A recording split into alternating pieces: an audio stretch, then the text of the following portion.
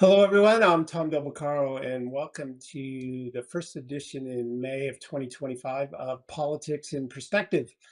We always want to thank Patriot.tv for carrying us and AUN TV as well. Of course, you can find us on YouTube and Rumble and our sponsor, politicalvanguard.com. You can find the links there as well. Today, we're going to cover three topics broadly, or maybe four.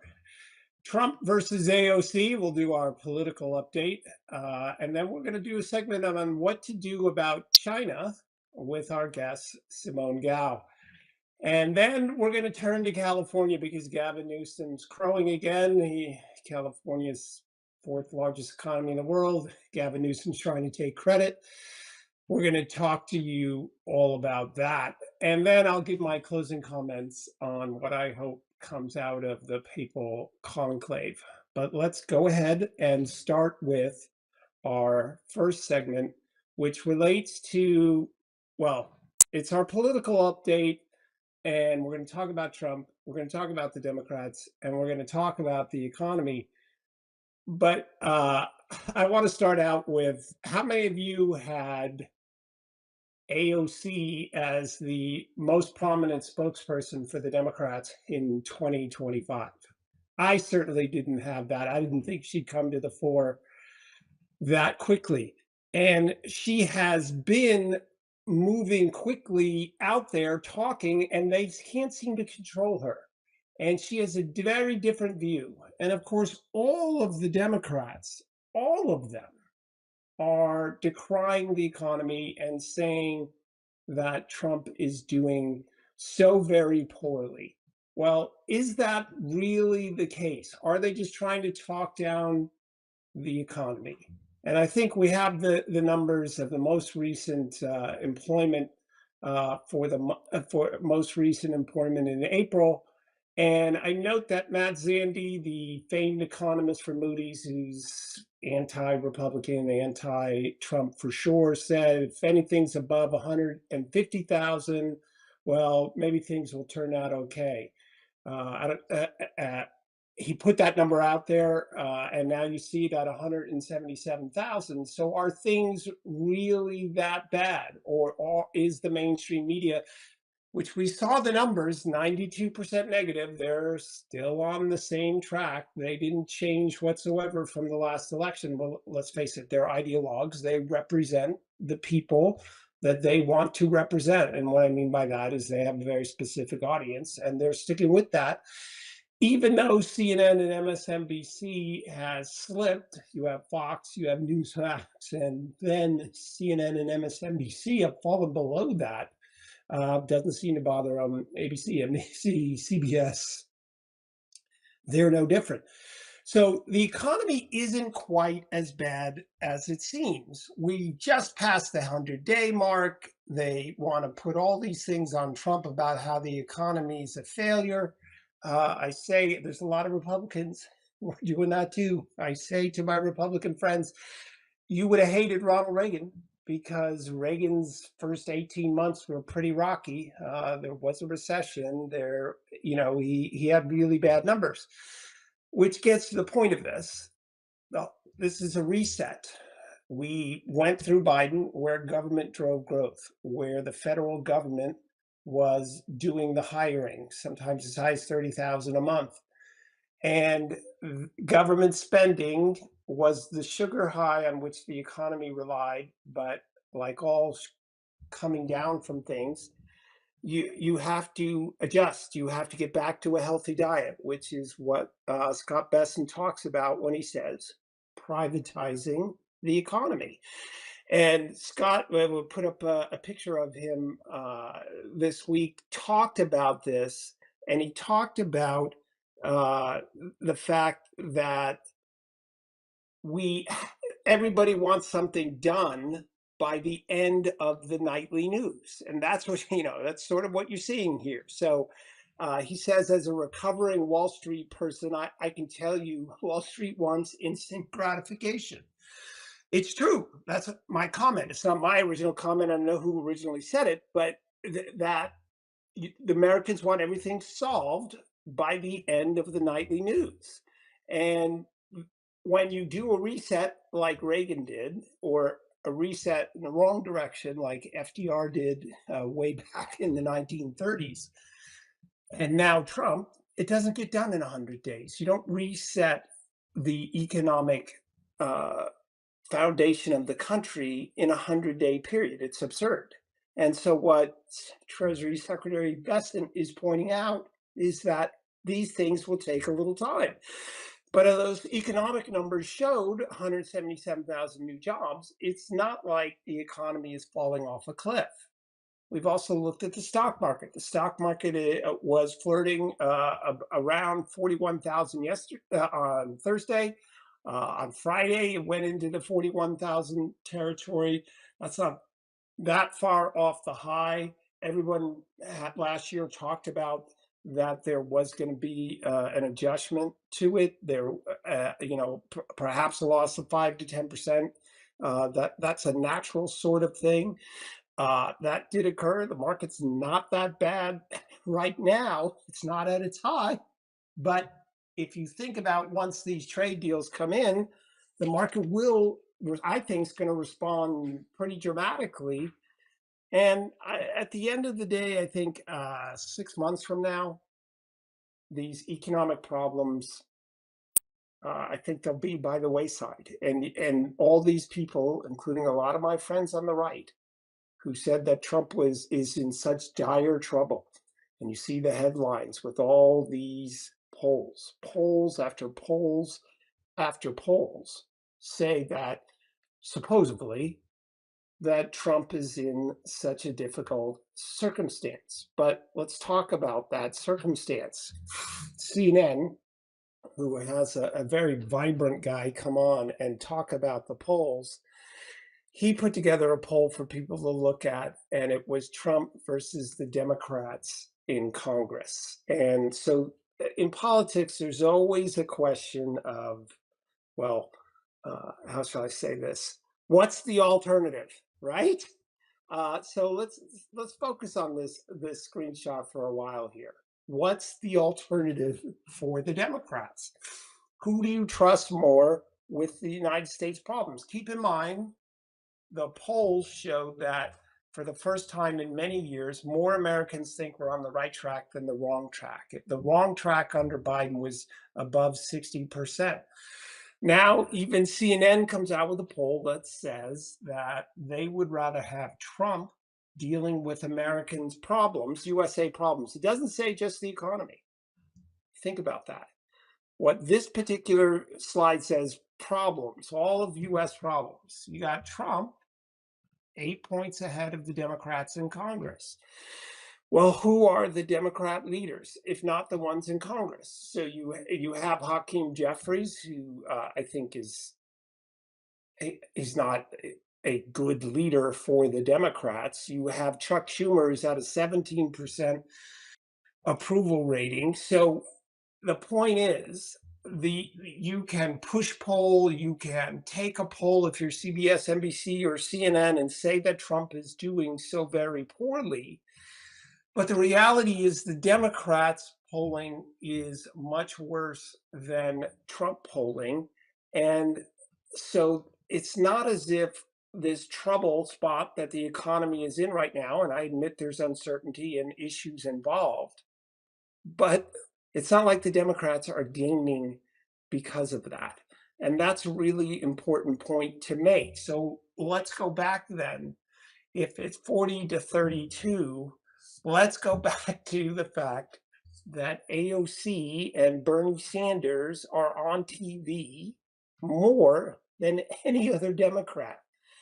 We're going to talk about Gavin Newsom in the third segment, so I won't talk about him. But the reality is, it's the congressional Democrats that are on TV, and those are the people with such low ratings. You're looking at AOC, who people are talking on the left that she could be running for president. Okay, what's her qualifications? She won an election in a heavy Democrat district. She supposedly took economics in school, and she worked as a bartender. Do you think America will go for a bartender? I don't mean to be pejorative. Look, I was once a dishwasher. I worked in Alaska. I on a shipping dock for in the salmon industry, so I get it that everybody has jobs in their life, but she doesn't have any particular skill set, except for the fact that she has probably the best email list in the United States. She's a force to be reckoned with. So when the question arises, is Trump succeeding? And the left says he is not. They give him 92% negative ratings. They are against him in every or 92% negative coverage. They're against him in every possible way. You still have Republicans and independents who are complete Trump haters. Okay, I get it. I wrote a book. It's over my shoulder, The Divided Era. You have this different view. But at the end of the day, you have to have an alternative that you're selling to the American people that they believe is possible. And right now, they think they're on the right track. The country is under Trump. They trust Trump more than the congressional Democrats. They know he closed the border. They see things like the fact that he has brought home, I think, 47 hostages in 100 days. Who even knew there were 47? You didn't know that under Biden because it wasn't covered. They've seen that food companies are already taking bad additives out of food. You see that China is isolated. We're going to talk about that next. Iran is becoming isolated. Uh, Hamas is very weak. You see all of these things that Trump is taking on, and the Democrats literally have no plan. You can watch them on TV. Oh, we need to fight for the kitchen table issues or for the middle class or however they want to describe it. But what they never say is an actual program different from Trump. And that's why Trump will have a great amount of leeway. And then once these trade deals come in, and once the stock market pops and takes a big jump because he delivers on these items, then all these people in the background chirping, quite honestly, will have lost credibility once again, just like they lost credibility when they said he would be the end of the world if he got elected. All right. Well, that's our first segment on politics in perspective. Next up, what are we going to do about China? And I'm going to bring in Simone Gao to talk about just that. Thanks for listening.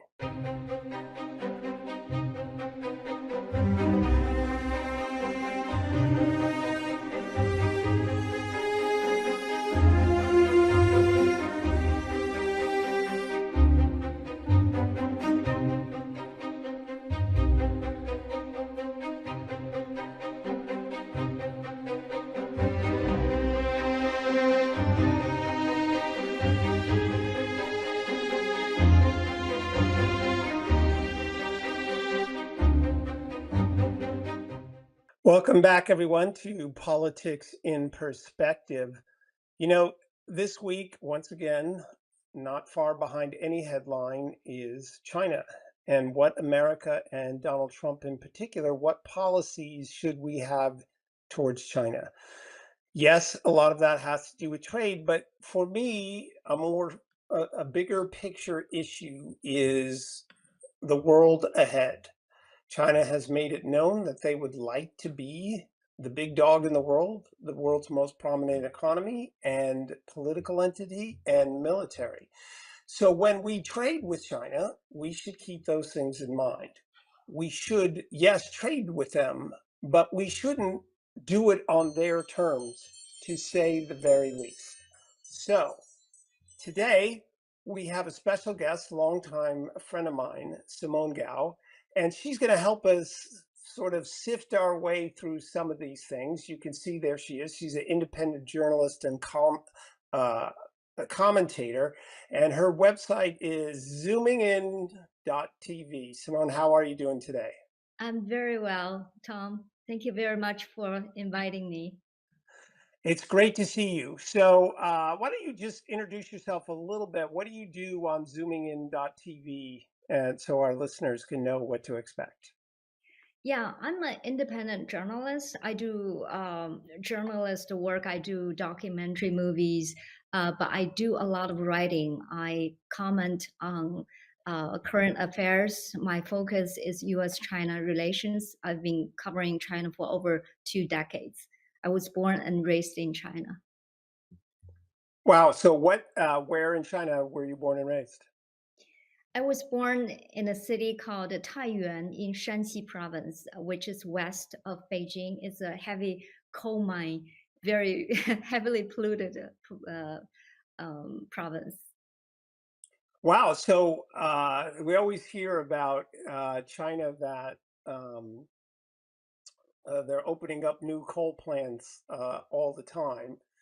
So I take it that was an area which you grew up in, and the pollution really is that significant. Yeah, it is.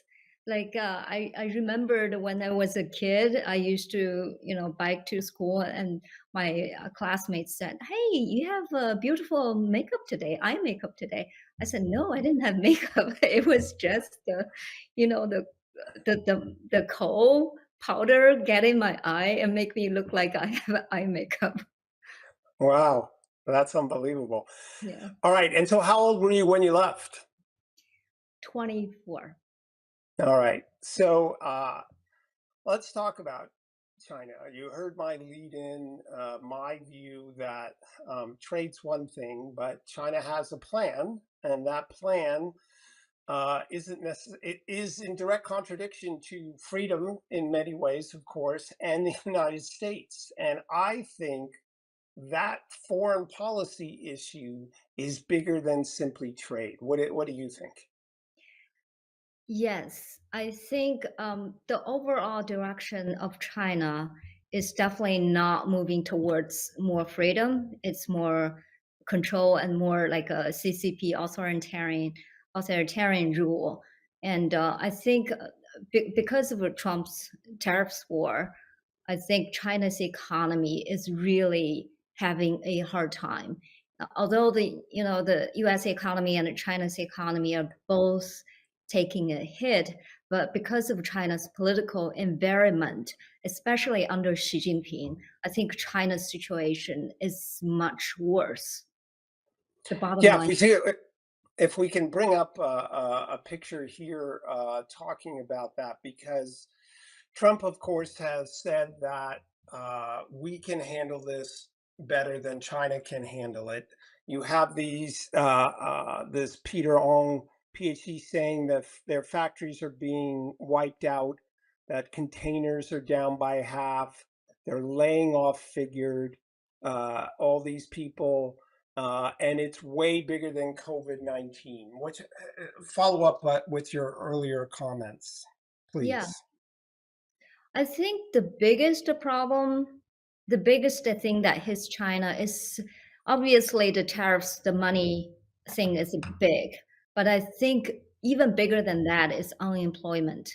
So I think China's unemployment rate is probably 40% now. It's worse than during the recession time, during America's recession in 1920s.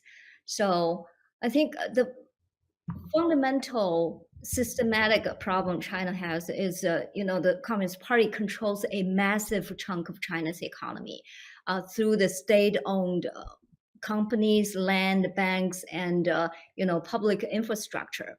Um, in 2023, the assets of non-financial and financial assets, the state-owned assets, add up to 87 trillion yuan, and that's more than 6 times of China's annual GDP. So the most big players in oil, electricity, telecom, transportation, banking are all state-run. Um, on the Fortune 500 list, over 70% of China's companies are state-owned, and even more are under government direct or indirect control. So beyond the corporations, the government owns like all urban lands and has the world's largest foreign reserves, over $3 trillion. And local governments also makes a lot of money by leasing their lands. So, you know, to sum up, the Chinese Communist Party, the state just owns hundreds of trillions of yuans of assets. So that makes the resources allocated to its people, to private sector, very small. And that's why the Communist Party, the China's economy cannot grow. It has a big problem of internal demand because people just don't have the money. And why does the Chinese Communist Party not giving money to its people, to the private sector, more resources to them? It's because they need that control. This is their political system. And under Xi Jinping, this trend is going stronger and stronger. So the Chinese Communist Party is controlling more resources and making the private sector and its people poorer.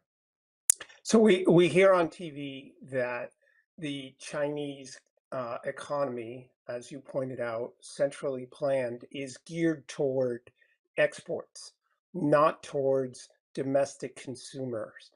And so it sounds like if you're telling me there's unemployment, and I believe you, in such staggering numbers, there simply isn't money in the pockets of people to be buying lots of iPhones and the like. Is that what you're saying? Yeah, exactly. You brought up a terrific point. Because China's internal demand is very weak, so it has to depend on export for its economic stability and growth. And although the Chinese Communist Party has said, we're shrinking our export, we're shrinking our demand on, reliance on trade, and we're going to focus more domestic demand. But that's just not happening. If you look at the numbers, if you look at how their political system is organized, that is just not happening. So China is still heavily dependent on export. That's why the trade war and the tariffs on China is really hitting them hard. Okay, so let's talk about the trade. First of all, before we get to that, so what happens when you're unemployed? In the United States, they get unemployment benefits. What happens in China to all these people unemployed? Do they get state benefits? No, as far as I know, no. What China's biggest employment market is, how do you say, delivery.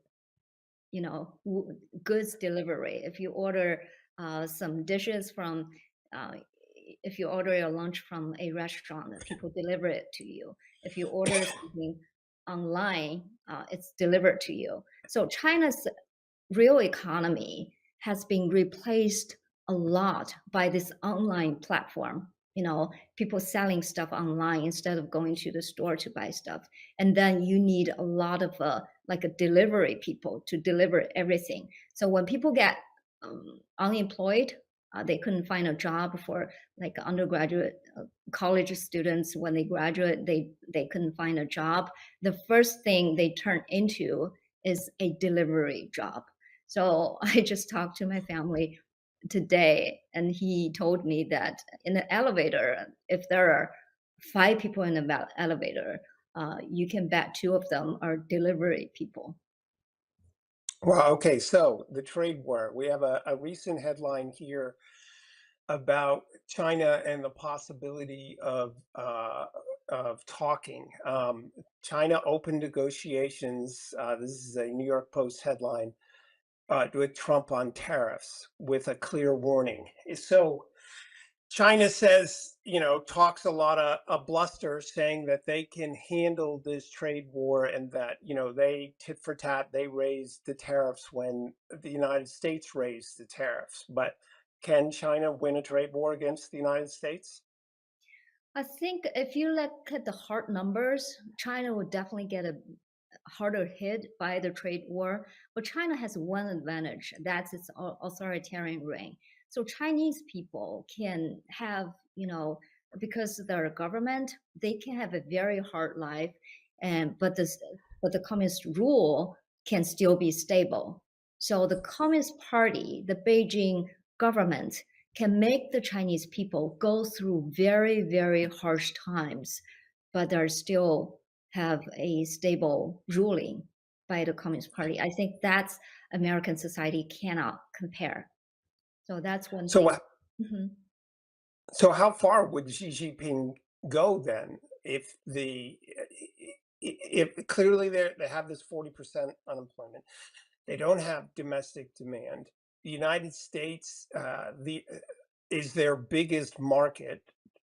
It seems that Trump has this leverage. But besides being able to wait out or be brutal to its own people, what leverage does China have when negotiating with the United States in this trade war?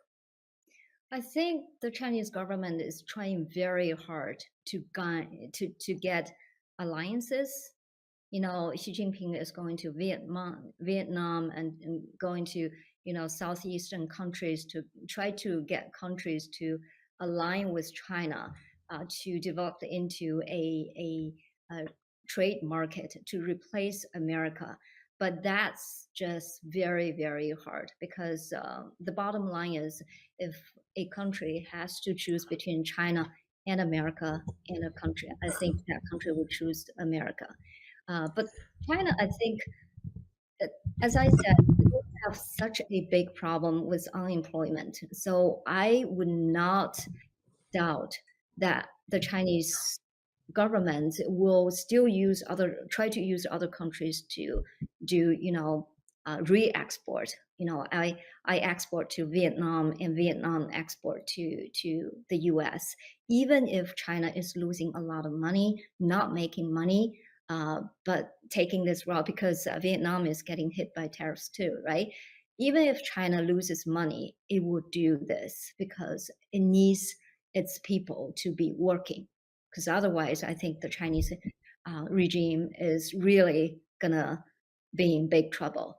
And another thing I think the world needs to worry about Beijing is if it's pushed too hard, it might move sooner on Taiwan. So let's talk about that. They have said 2027, right? Is the year. Um, uh, what is the mindset to declare a particular year as opposed to doing something by surprise or otherwise? What is their goal of just outright saying, okay, 2020 is our target year, 2027? I don't think China will ever say by 2027 we'll need to be united with Taiwan. They would never say stuff like that. This is all speculation. We need to be ready by 2027. Our military needs to be ready, but that doesn't mean by 2027 we'll invade Taiwan. I think in terms of a military preparation, I think they are more or less done. They have been preparing this for decades, especially under Xi Jinping. But the thing for Xi Jinping, I think Xi Jinping is in great dilemma right now, um, because before the trade war, before the tariff hits, all Xi Jinping was waiting is a optimum political timing for him to act on Taiwan, to maybe make an excuse to make Taiwan look like the bad guy. We have to move on this because they're trying to declare independence or something like that. He was waiting for optimum time for him to move on Taiwan. But now the tariffs war started. Xi Jinping is in a great dilemma because if he moves on Taiwan, that means if he doesn't move on Taiwan, if China's economy tanks, he needs something to persuade the Chinese people that this regime, this communist rule is still legitimate. So he needs something. But if he moves on Taiwan, that means China's economy is done. Even before Taiwan, China's economy is half done. If he moves on Taiwan without the, excuse me, without the sanctions, without the tariffs and stuff, China's economy is done, not just from America, but from the world. So Xi Jinping is really in a dilemma right now. If he doesn't move on China, yeah, you can tell. Yeah. Okay, so I've always wondered, you've been here, I don't know how many years you've been in the United States now. Americans, are obsessed with politics, right? It's on TV all the time. There's this tension, the right and the left. I wrote a book about it, The Divided Era, and you interviewed me on that book years ago, if you remembered. Uh, what is it like in China, for in a place like where your parents live? Is the average Chinese person into politics that much as Americans? What's it like? I think Chinese people are very, very into politics. So sometimes the news they obtained about America is more than I do. Like my family would talk to me and say, "Hey, there's a mountain fire, wildfire in your area. Are you okay? Is America really like just like there's like a chaos everywhere and stuff like that?" So they know a lot of about America, mostly negative news spread by the China propaganda media. And I think, especially during after Trump slapped tariffs on China this round, I think the Chinese government they have done, a pretty successful job of public relations, public shifting public opinions to be heavily, strongly against America. Chinese people all think, American President Trump has done a very bad thing. This is he could not achieve the goals he wanted to achieve, but he demonstrated that he is a dictator and he will ruin America's image, and this is not good for America. The Communist Party in China has done a very good job in spreading this narrative, I would say. Okay, so this is a good segue into our next topic. You've been here in America. You during COVID, you had you saw the Biden administration trying to shape the narrative or push on Facebook as to what could get out there. Um, how much of that goes on in China? How much of what people information they get are directly comes from the party, the Communist Party, or what are they allowed to see in what are they allowed to take in? The Chinese people only are allowed to take in what the Chinese Communist Party to permitted them to take in. So everything on media, internet is filtered.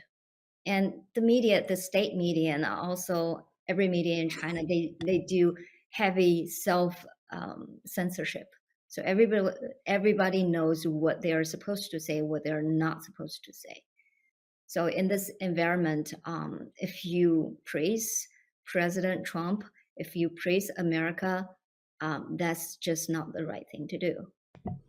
And what would happen to someone if they spoke out on the media against Xi Jinping? Well, for the least, if you are just posting on internet, if you're individual, your account can be closed or suspended. If you're a media, I think your media might be closed down. Okay, so they want to control thought. This Communist Party wants people to think the way they think. So, or the way they want them to think. So now let's talk into this next subject about the Catholic Church in China. Um, how how much of people's lives is public religion, not necessarily private, but how much public do you see of religion publicly in China? And what portion is it? How small is the Catholic Church in China? How small is Catholic Church in China? I do not have that number in my head. But I mean, if you're walking down the street or in a major city, are there Catholic churches or is it just so very small that you barely would see it? Oh, I would say very, very small. In China, any religion cannot be promoted on state media. So you cannot have a documentary movie about Buddhism or Christianity or Catholicism. None of that can be, made into state media. If you have your individual account, if you post something about Buddhism or Christianity, oh, that's okay. But the state media would not run anything that's promoting any religion. And all China's religion are under the control of the Chinese Communist Party. So Catholic churches in China, they're called, what's that called? Patriotic patriotic churches. You for patriotic means you are loyal to the party. So they. So, Mhm. so of course, Christianity is based on the on Jesus Christ, who said, render unto Caesar what is Caesar's. So it was separate from the state. So in China, and this is the point I wanted to get to, is that any religion has to operate as a servant of the communist state, correct? Yeah, yeah. It's Okay. mhm.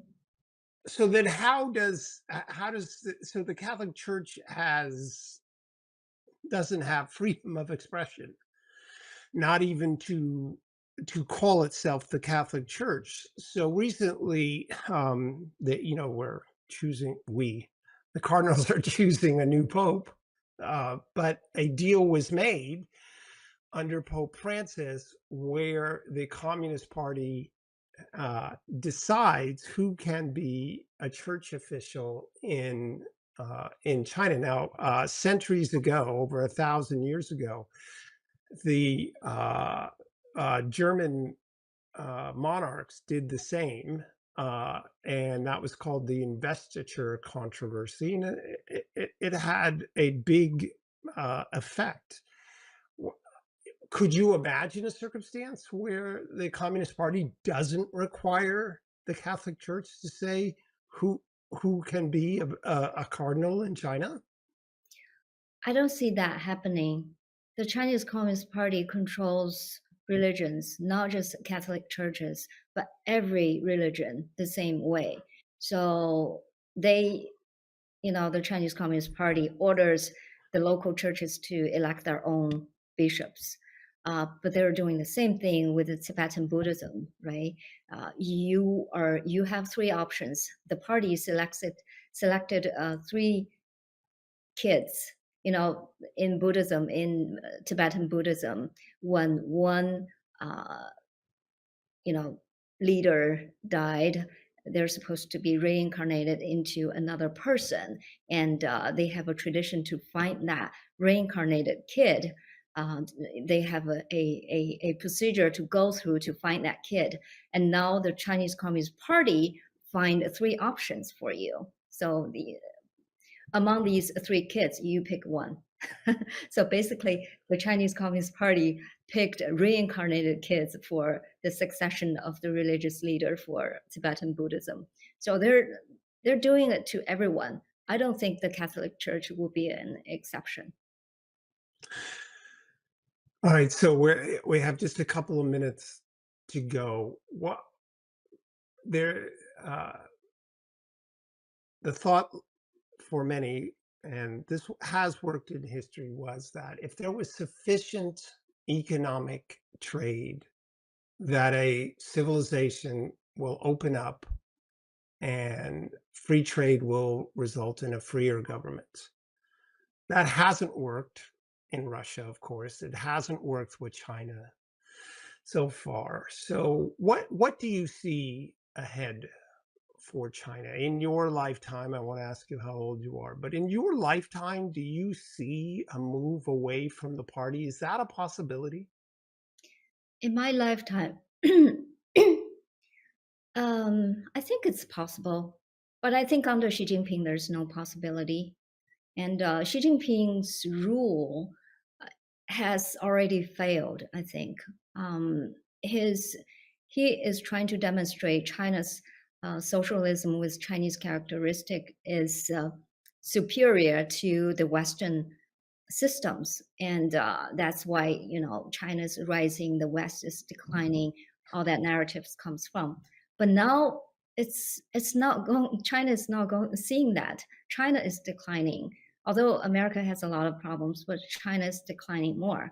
So I think Xi Jinping has failed in this in his narrative, and the next leader, if they will be, I mean, the Chinese Communist Party has to go.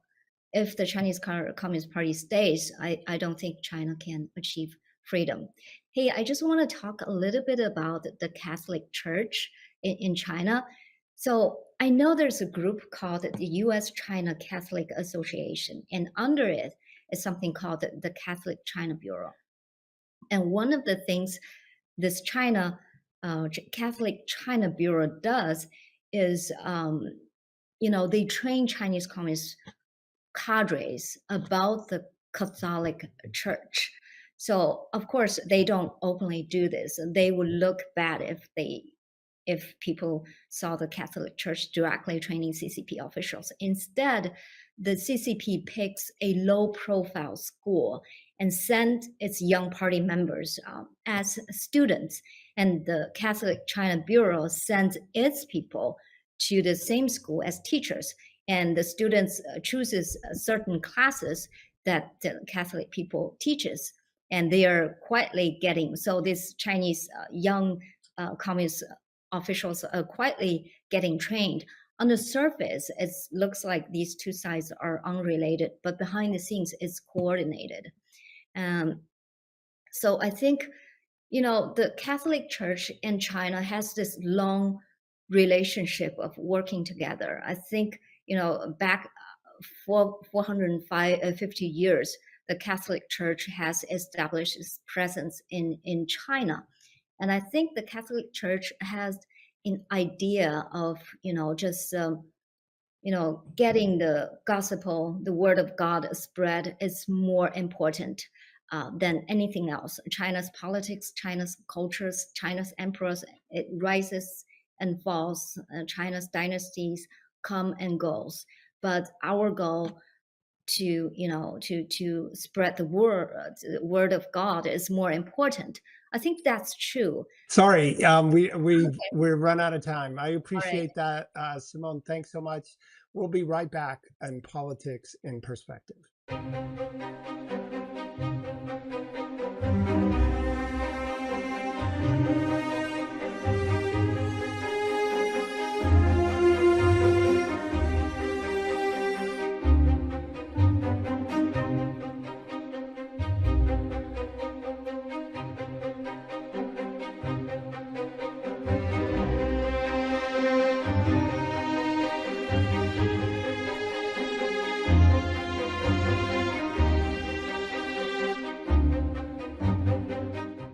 Hello, everyone. Welcome back to Politics in Perspective. Hope you enjoyed that last segment.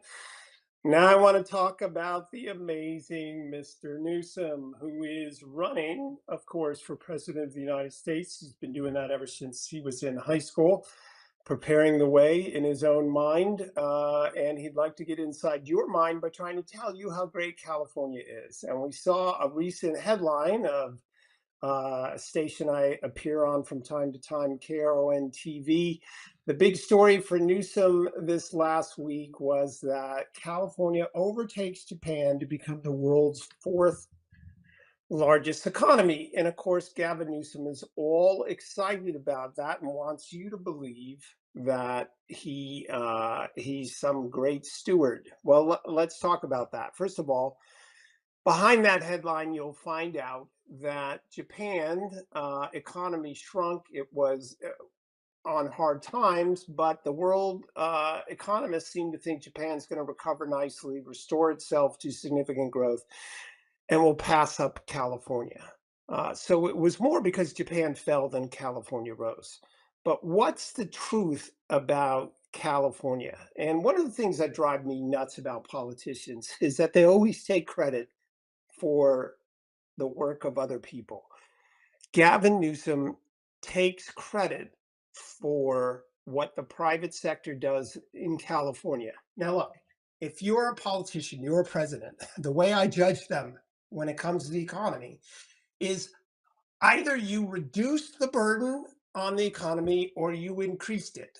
You reduced regulations, taxes to make it easier to do business, or you increase those taxes and burdens and you're just in the way.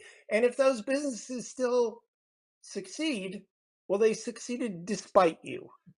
And that is the plain truth about California. 100% Gavin Newsom is in their way, maybe 99.9, and they succeed without him. Don't believe me, believe the numbers. Believe it or not, since 2023, when we're essentially out of COVID, to the end of March, we found that, believe it or not, the California had lost 173,000 private sector jobs. Think about that. The private sector in California has been in a recession since 2023. But you know what hasn't been in a recession in California? The work of tax collectors, because California's government has seen an increase of 181,000 jobs, the state government. So, state and local government. So you think about that. In Since 2023, jobs have gone up a measly 8,000. But all of that is government jobs because over 180,000 government jobs were created since 2023. It's really a joke. Recently in Substack, I wrote an article about this, and if we can bring up the title to that, and here it is. I hope you join me on Substack. Just Thomas Del Beccaro Substack. You'll get my ad. And in here, I put in some pretty salient numbers on how bad California is. So let's go to just one of those, and we can talk about that. So Gavin Newsom wants you to believe that he's a great steward of the economy and of his state. But California is number one in poverty. I want you to look at those numbers. 31.1% of Californians were either at or near poverty. Okay? So what does that tell you? And if you do child poverty, it's number one. So what does that tell you right there? When almost a third of Californians are on the edge or in poverty, do you consider that to be a success? Now let's look at the next slide. Affordability. California is 50th in affordability. This is closely tied and causing the poverty because things are so expensive here, gas, housing, and food, that California is worst in the country. This is from USA Today. This isn't from US News and World Report, sorry, not a right-wing organization, right? And seven, US News and World Report, California ranks 50th in opportunity. Dead last. Richest square acres in the world, probably. California is probably the most the richest land in the world, and yet we're last. What does that tell you? So, and by the way, if you're looking for someone to run for president, the crime statistics are bad, homelessness is bad. If you're looking for someone to run for president, and their resume is worst in poverty, last in affordability, and in uh, last in opportunity, is is that who should run for president? I don't think so. Join me on Substack. You can get that whole set of figures. I go through 8 or 9 of them, and sign up there, and that would be great. As we close out the show, this is right before the papal conclave starts. We talked earlier a bit about that in the show, but obviously this is very personal to me. Pope Benedict recognized my mother for her charitable work And where the church goes from here is front and center. I am, as if you listen to the last segment, not a particular fan of Pope Francis. His desire to be charitable and to get the world to be charitable is, of course, very important. We should all help our brothers and sisters, hopefully voluntarily. But his straying from doctrine and his deal with the Chinese, permitting them to decide who can be church officials within China was just horrible. It set the Catholic Church back. And so this next pope needs to do two things, in my view. It needs to not be someone who was involved in that process of allowing China to take over the church in China. But it also means that it should be someone who is a big proponent and will stick to church doctrine as it has developed over the centuries. In a storm, you don't change the location of the lighthouse. No, you keep it there because that's when you need it most. The world's in a storm right now.